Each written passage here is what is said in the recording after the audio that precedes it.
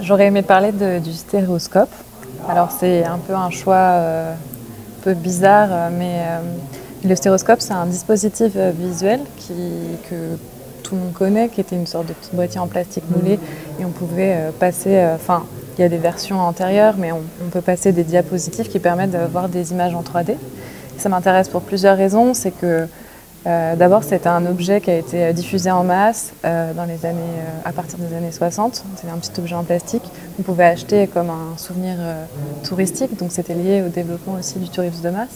Ma recherche, elle est liée à l'Anthropocène, plutôt dans les questions de crise de représentation, donc aussi de crise de la représentation du lien à l'environnement, enfin en tout cas la remise en cause d'un lien ou la remise en question d'un lien.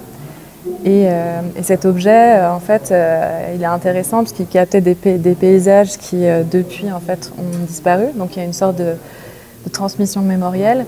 Et en même temps, c'était un idéal d'un paysage, c'est-à-dire c'était le beau paysage qui est maintenant devenu une sorte de paysage en ruine. Donc on doit réapprendre à voir autrement. Je m'étais inventé toute une histoire sur les images zombies, en fait, qui sont presque des images morts-vivantes qui existent encore en nous comme référentiels, mais qui ne sont plus vraiment le réel, mais qu'on essaye de reconnaître dans ce réel. C'est-à-dire qu'on essaye, par exemple en travaillant sur les forêts,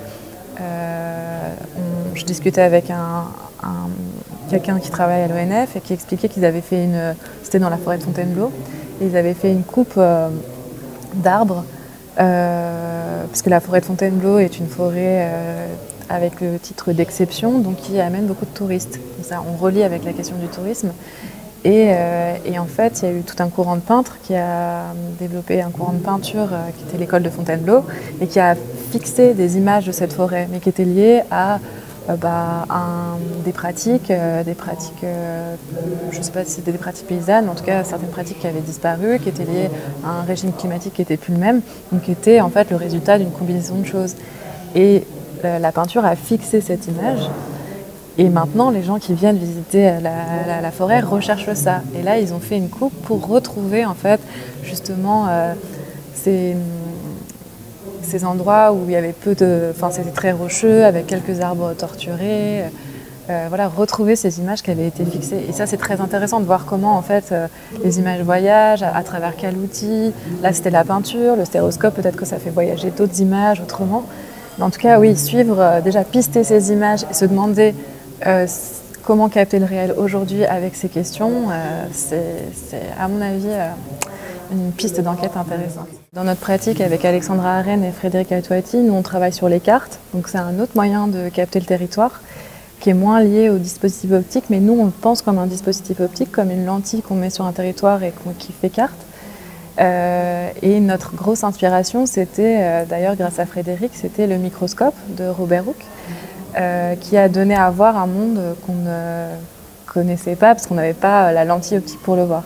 Et finalement, tous ces dispositifs optiques, c'est ce qui nous relie au territoire, c'est des instruments à la fois de captation du paysage, mais de cheminement, de récit avec eux.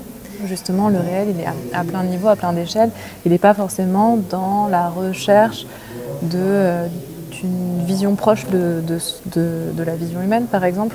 Il peut être dans le décentrement, essayer de capter ce réel par, je sais pas, la vue animale, par exemple. Donc, le stéréoscope, on pourrait inventer d'autres types de dispositifs visuels qui permettraient de ne pas être dans la recherche du paysage iconique, parce que c'était finalement ça. Et c'est ça qui est intéressant à rebours avec la crise des représentations, pour se dire qu'est-ce que ça représentait, et ça veut dire qu'est-ce qu'était cet idéal perdu. Et quand on parle de réparation, de renaturation, de réaménagement, est-ce qu'on ne va pas tendre vers justement cet idéal perdu qui a été fixe à un moment, mais qui était juste le symptôme d'une époque finalement? Ou est-ce qu'il faut aller chercher vers d'autres points de vue, d'autres dispositifs visuels, d'autres outils, d'autres instruments pour voir autrement? C'est un peu la question que je me pose. Et en analysant ces objets, en les défaisant, en les remontant autrement, en les hybridant, en les faisant voyager entre les disciplines, ça peut être un moyen de reconnecter avec des questions plus théoriques sur justement ce que veut dire cette entrée dans l'Anthropocène.